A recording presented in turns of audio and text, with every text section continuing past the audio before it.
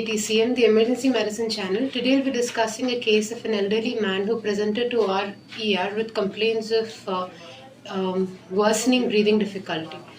So, sir, there was this 164-year-old male patient who is a known case of COPD on LTOT for 4 years and nocturnal BiPAP for about a month. What is LTOT? Long-term oxygen therapy along with... What do you mean by LTOT? So COPD patients will require long-term oxygen therapy. So at a low oxygen quantity, they will be required for them to have regular respiration, normal breathing, so that they won't go into like hyper. How many hours? The reason is not to make them hyperoxemic or low carbon dioxide level. Because we are giving only 2 liters. There is a room air. What is the reason? They have this. Reason is to prevent pulmonary hypertension. Endothelial, because chronic hypoxemia, hypercarbia can produce chronic endothelial damage that will ultimately lead to pulmonary hypertension. Just to prevent that pulmonary hypertension, we are giving very low dose of oxygen. Okay, it will not change their daily problem, but in long term, it gives very good improvement in their life. Okay, it is only 2 liters for 16 hours in a day. 16 hours. But it is not possible for every patient to keep for 16 hours. So whenever possible, they have to keep. Along with this, uncontrolled diabetes type 2, diabetes mellitus, patient is on. So medication wise, patient is on nebulizations, bronchodilators, albuterol, and so in our primary assessment. Do you think that nebulizations are having any difference between MDIs, rotocaps? So in basically nebulizations can be given as a jet nebulizer, or it can be given as an MDI. MDI is metered dose inhalers. No, I am asking nebulizer and MDIs and rotahalers, any difference? It's just in the basically there is no much difference, but then the delivery of the medication is more with MDI with spacers. But in nebulization, but all of them pretty much have the same efficacy. All of them are same. Only thing is here the patient is sick, he is unable to take, so we are giving nebulization. But MDIs are same, but they need some coordination. But if you are giving a spacer with MDI, then that is equivalent as nebulizer. So somebody is not having a nebulizer at home, even they can try MDIs with spacers that have similar effect.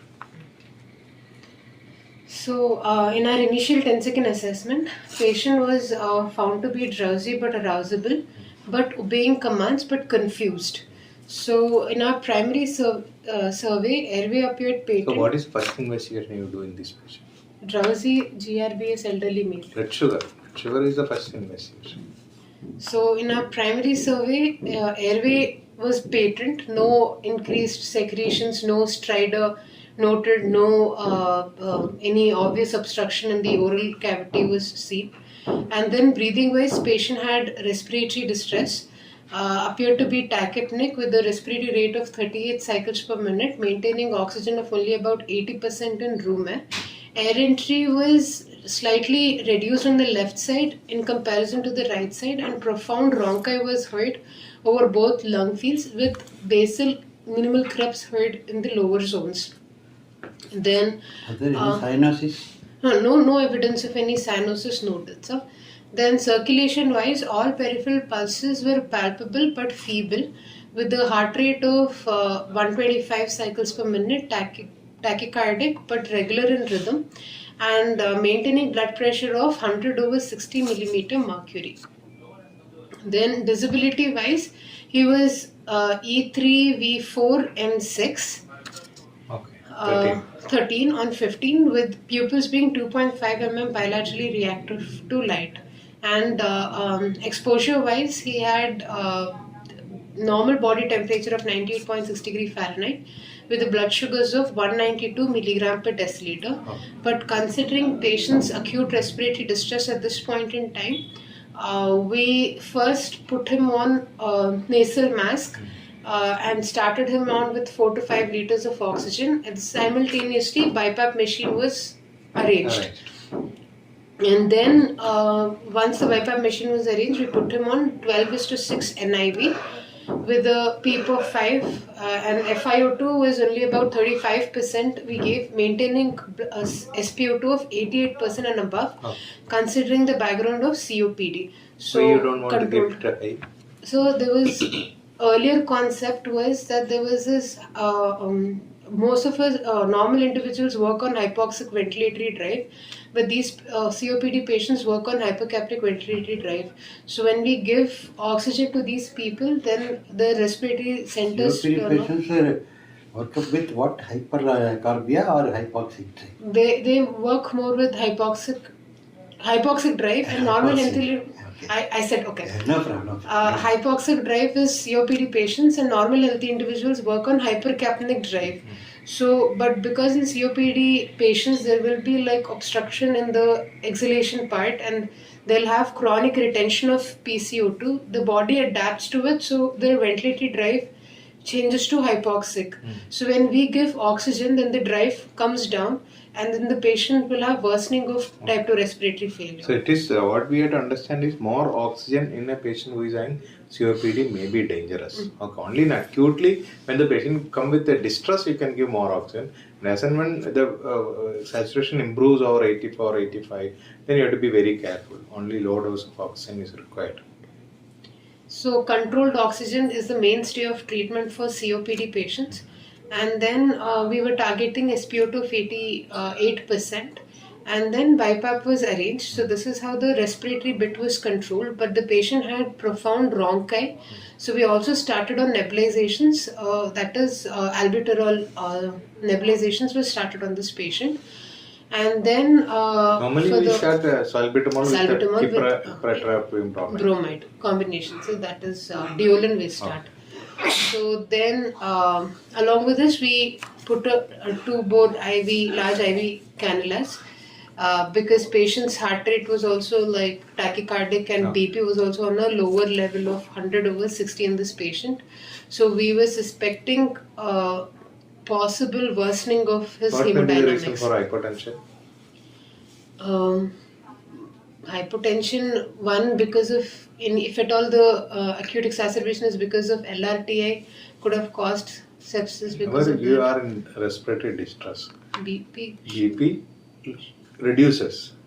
Okay. Because of the pressure changes in the intrathoracic compartment. Same thing happens when you are putting the patient on BiPAP. Or same thing happens when you are putting the patient on mechanical ventilation. All these things are same mechanism. So once you relieve the symptoms of COPD, normally this BP will pick up. Here we don't need to give higher amounts of fluid like other conditions we give fluid. No? Because if you give more fluid, this patient can deteriorate. Okay, so we have to be very careful. And besides, we were putting this patient on BiPAP, again a positive pressure ventilation, which could have further worsened his BP, which is why we placed IV cannulas. And then we went ahead with our primary survey. So in our adjuncts, we used ABG, which showed type 2 respiratory failure with a pH of 7.23, bicarbonate of 89.3, PO2 was 65.5 with a bicarbonate of 35.5. So PCO2 89.3. Type 2 respiratory failure, not compensated. Okay. But he's had previous history of COPD patients, which is why bicarbonate has been increased. Okay. So there was probably once upon not fully compensated. Yeah. Not fully compensated, but partially compensated. Fully compensation will occur only if you like after sometimes if we see you can see the ABG may compensate towards the normal side. So then lactate was 3.3. So which is why it could either be because of hypoxia itself, or it could have been because of long-standing hypotension. Both are possible. So ECG wise, patient had a sinus tachycardia with a heart rate of 125 beats per minute, and it was regular in rhythm with no acute STT changes. What are the common ECG changes you see in COPD patients? It will be COPD patients will have that prominent P waves. P waves will be there. P pulmonary will be there. Then and then that right axis deviation, RBVB, RVH, then tachyarrhythmias. Which tachyarrhythmia is common? AF. Sinus arrhythmia is very common. AF is common. One more arrhythmia. Multifocal atrial tachycardia. Hypoxemia is one of the major reasons for multifocal atrial tachycardia. What is multifocal atrial tachycardia? Wherein the P morphology will be 2 or more times it would be changed in a cycle. Okay, so in a rhythm strip, if you are seeing multiple P waves P morphology. and P morphology, and you are getting tachycardia, it is multifocal atrial tachycardia. What is monomorphic atrial tachycardia? Monofocal atrial tachycardia. From the same tonus. It is from a external focus other than SA node. So the P waves are different in character, but only single type of P wave will be there. Okay. So multifocal means different P waves, but not from the SA node. Here it is from different node, but all QRS complexes same type of P wave.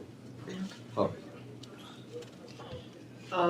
So, and because the patient had decreased, mildly decreased air entry on the left side in comparison to the right side, What with the else you background history think? of See, what as a ER physician, you have to have differential diagnosis. Somebody is having COPD, acute onset breathlessness, right side, there is mildly reduced breath sound. What else you think, and immediately what you do? pneumothorax has to be for a bulla rupture. It's That is most the common, most sir. thing. So what do you do? So we can do a bedside lung ultrasound and see for lung sliding. Okay. If lung sliding is present in all the lung fields, then pneumothorax can be Ruled out. ruled out, and M mode can be put on.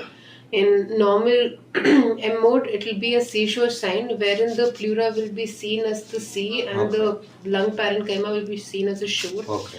But in case of pneumothorax, because of the presence of air in it, the whole thing will be just sea, meaning it will be a barcode appearance. So this patient, pneumothorax was ruled out, and pleural effusion was also not seen. Okay. And then chest X-ray was ordered. It showed bilateral increased bronchovascular markings with heterogeneous infiltrates. So this was the adjuncts that we used. Then in our sample history, like I mentioned, he was a known case of uncontrolled diabetes mellitus with COPD on long-term oxygen therapy for about 4 years with a nocturnal BiPAP.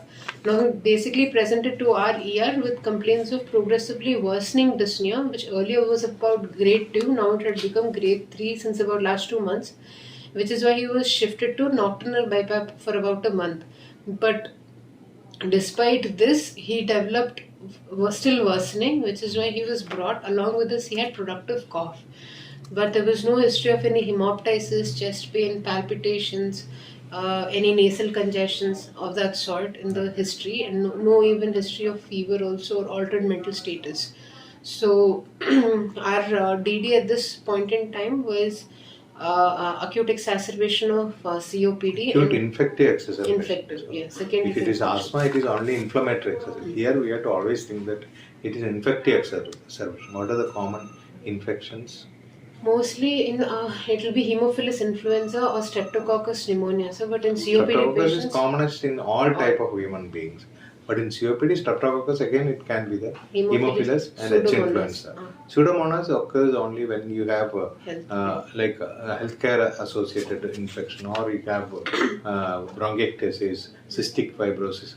Otherwise also you can get, but nowadays it is very common because these patients will be going to different hospitals. So this was the patient's. So in our management, the airway breathing was managed with NIV.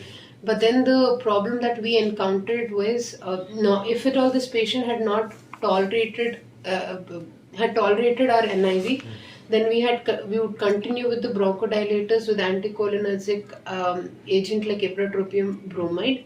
Then along with this, IV steroids can be given, and to relieve a little bronchospasm, then injection magnesium sulfate also can be given.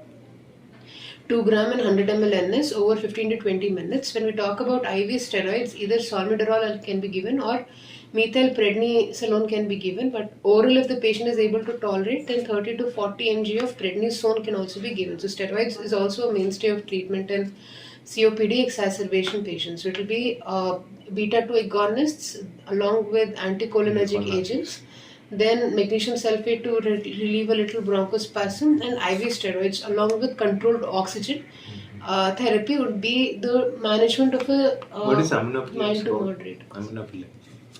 Again, if the patient has bronchospasm, then aminophylline can be Aminophylline is a good drug which dilates, bronchodilator is there, diaphragmatic contraction increases, cardiac pumping increases.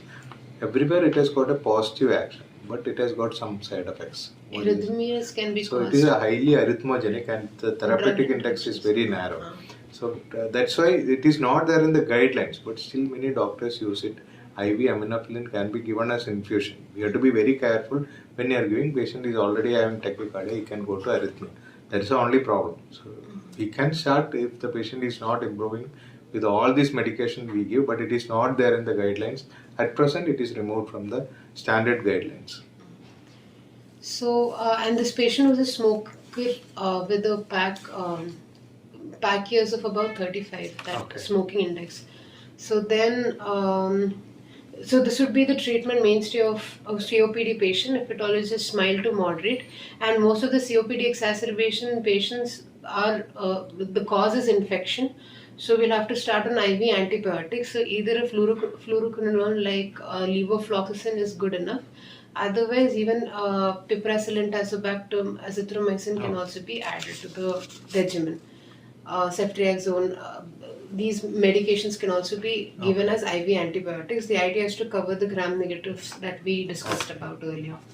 Then, so this would be the main treatment, sir. But in this case, patient presented with severe COPD, and when we attempted a trial of BiPAP, patient was not tolerating it. He continued to have respiratory distress, and after a while, he even became more and more drowsy. So, which is why we had to switch from NIV to mechanical ventilation. And then we intubated the patient. So now the problem with COPD patients are because of retention of some amount of air in the alveoli, they're always already the alveoli will be distended. So because of this, there will be intrinsic PEEP, that is the auto PEEP in these people. So when we put him on mechanical ventilation, because of the auto PEEP, there can be further lung injury that will be caused because of our mechanical ventilator. And then, so dynamic hyperinflation of the lungs along with this. And then it will further worsen the hemodynamics of the patient because of positive pressure ventilation. The patient will have worsening of the hypotension. So these two things we'll have to think about. So when we put the patient on mechanical ventilation, there will be little changes as to how we normally put a mechanical ventilator on a patient to a COPD patient. So once when we were trying on intubation, these patients... First of all, we'll try to avoid mechanical ventilation in COPD. That is because definitely we'll have difficulty in weaning this patient. That is the main thing. So intubation, what are the agents, what other precautions you have to keep in mind? Yeah. So in the precaution, these people will have prolonged expiration time will be prolonged, sir. So in pre-oxygenation, again controlled oxygenation, and we'll have to quickly intubate because chances of the patient rapidly desaturating is high. Okay. So in our pre-medication, we can give an opioid like fentanyl, and morphine is generally avoided because COPD patients, diabetic, elderly patients. Morphine is recommended. Respiratory. Many studies have recommended for intubation. Intubation is okay, but otherwise in emergency room, morphine small dose is recommended in COPD. It will not produce respiratory arrest. High dose of morphine, like you told, when you are intubating, that can be avoided. Otherwise, it can work as an anxiolytic, especially if you give it as a subcutaneous dose. Okay. So then... Fentanyl, then what other agents? Then for increase, if at all patient has increased secretions, again glycopyrrolate can be given, sir. Okay. And then if a patient is too restless, or even midazolam as a benzodiazepine for a little lower doses of midas can be given again as an anxiolytic. And then this would be the pre-medication. For induction agents, this patient ketamine can be tried. It is, and actually ketamine is a better agent than other induction agents because it has a bronchodilatory effect, and plus the patient has low BP, so it will even help with the hemodynamics. So ketamine is a preferred agent in this patient. Then other drugs that can be tried is an etomidate. Usually other agent is propofol. Propofol. The BP is normal Mm. and hemodynamic is stable, we can go for propofol. That also has got a bronchodilatory effect. Mm. And we can go for a combination of both. Ketofol. Ketofol. Okay, good. So then, in the paralytic agents, any non-depolarizing agents can be used. Because this patient doesn't have any muscle dystrophy or even succinylcholine can also be tried in this patient. So, but we prefer a depolarizing agent, so we went ahead with rocuronium. So these would be the induction agents. And then now the thing is, since this patient was already put on BiPAP, there's again a change in the pre-oxygenation bit. Normally we start the patient on NRBM, on high flow oxygen, and then do it with bag and mask ventilation, and then we go with intubation. But since this patient was already on NIV, once the whole equipment was, all the equipments, drugs, everything was ready, and just before starting with the even after pre-medication, we can continue the patient on BiPAP. Then after induction agent is when we can take the BiPAP out and then ambu it, but it will be 1 and 6 seconds of bag and mask, and then we go ahead with intubation. Reduce the respiratory rate. Reduce the respiratory and increase the expiratory time. Expiratory time, yes, sir. So that the air trapping can be avoided. So this would be the changes that we will be keeping in mind while we are pre-oxygenating. Then the drugs as discussed, and then we'll be intubating the patient with minimal time. So after that, ETCO2 also can be connected, and position has to be checked with 5-point auscultation. And serial ABGs have to be taken in order to make the due changes in the mechanical ventilator.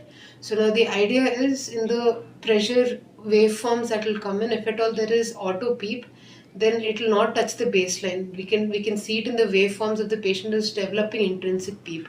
So that has to be monitored, and the if at all there is development of auto peep, then we'll have to disconnect the mechanical ventilator for about 5 to 10 seconds and then reconnect it.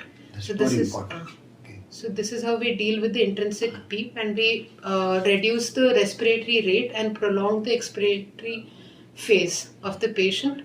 And the patient has to be, like I mentioned, serially monitored with ABGs to make the due arrangement. Tidal volume. Tidal volume has to be low tidal volume is what is advocated.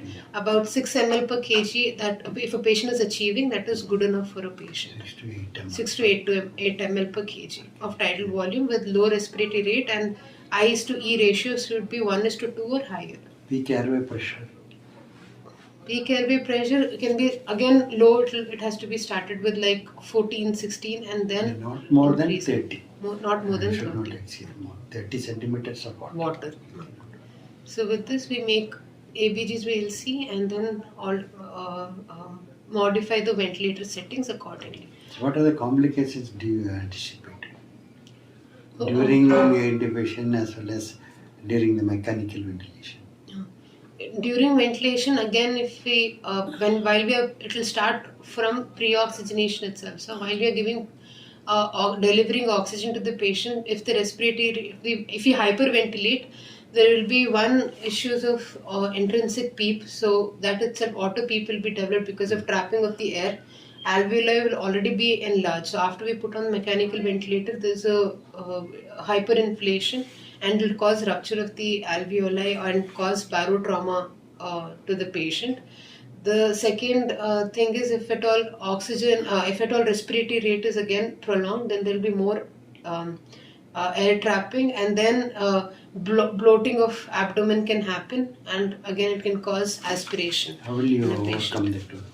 Again, reducing the ventilation, the number of times. Tube. So you can insert a nasogastric tube and deflate. So during a laryngoscopy and intubation, there should not be any airway stimulation. Hyperreactive airways will mostly come. So we have to adequately give analgesia and induction dosage. Don't give lesser dosage. And throughout maintaining on the mechanical ventilation, so sedation, analgesia plus agents producing unconscious. All should be adequate depth. don't allow the patient to come to a lighter plan. This itself again trigger precipitate another bout of severe bronchospasm. Then emphysematous bulla. So emphysematous bulla, when we are again giving more positive pressure, if at all it's a large bulla, then that can rupture and the patient can have sudden development of pneumothorax. So then how we detect is there will be change in the hemodynamics and tidal volume won't be achieving. Oh. So when tidal volume isn't achieving, we'll have to go through dope. That is, we'll have to rule out any displacement of the equipments or see if there is any obstruction in the tube. If there is any presence of pneumothorax or E is for equipment failure. So we'll have to go through the dope and find out if why tidal volume is not achieving, and especially with the COPD patient, pneumothorax has to be kept in mind. Then barotrauma, then hemodynamic instability can happen because of positive pressure ventilation, and FiO2 has to be controlled. We cannot start with an FiO2 of 100%. The idea is to maintain SpO2 above 88%. See, if we have to adjustment, how do you adjust this one? And based on what criteria? Inspired oxygen concentration. That PaO2 by FiO2 PaO2 ratio. one of the parameter is PaO2. PaO2. So it, around 90% is enough. And then number 2 is pH. Always maintain the pH in a normal range. In such a way we can adjust the PaCO2. PaCO2. Okay. So we'll have to take serial ABGs and Okay. monitor the patient. What happened to this patient after intubation? This patient was, he developed hypotension.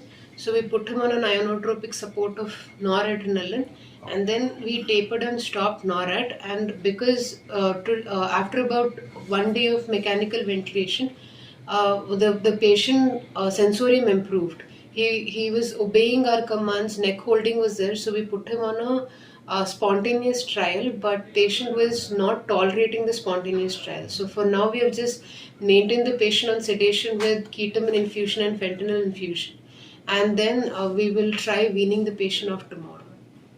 So what are the causes of sudden hypotension on patient on ventilator? Pneumothorax itself can cause Tension hypotension. pneumothorax. Tension pneumothorax will cause hypotension, sir. Or if the patient on ventilator has developed an ACS, acute coronary syndrome, then patient can go into hypotension. And mechanical ventilator itself can, because of positive pressure, can cause hypotension. Then, if the patient has any worsening infective blood parameters leading to sepsis, that can add on to the hypotension.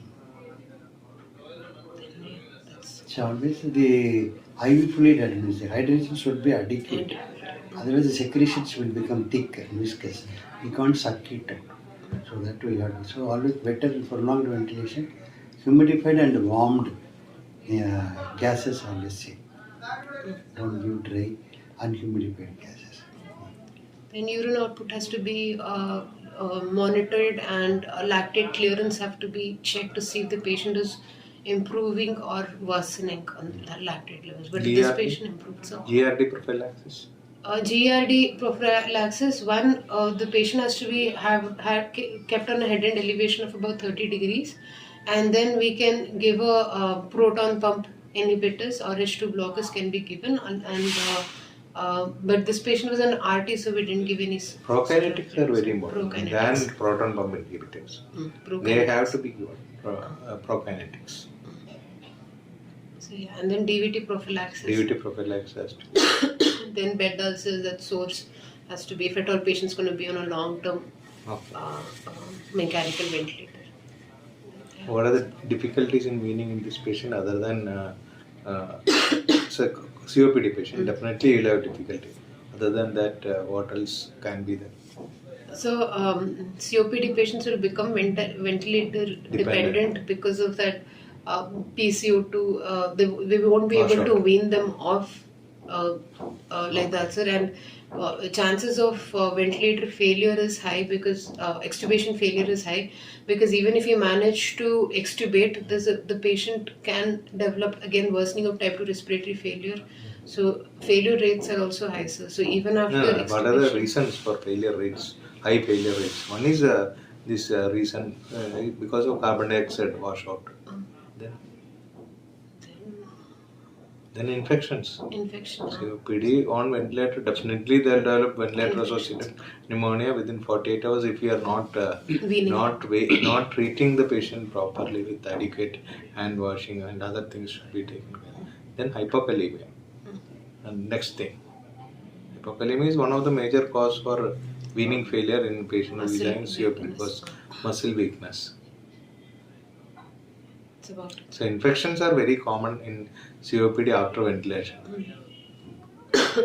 So this patient is a COPD patient.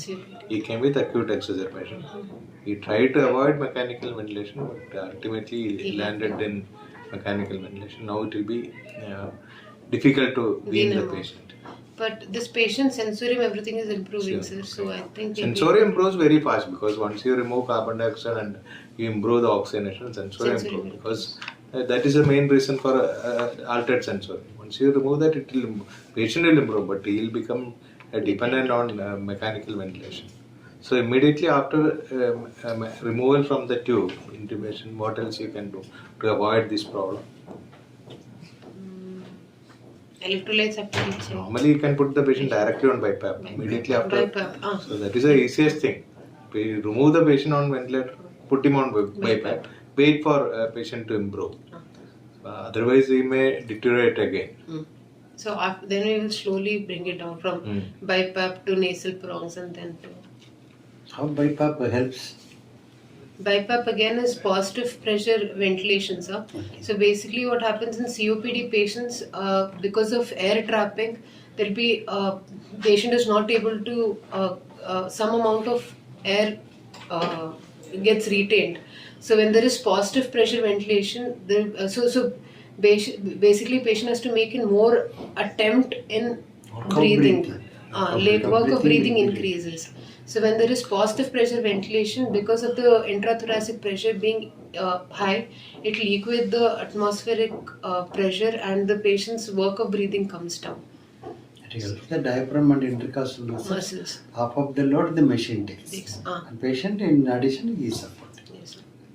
So to demand will naturally be reduced.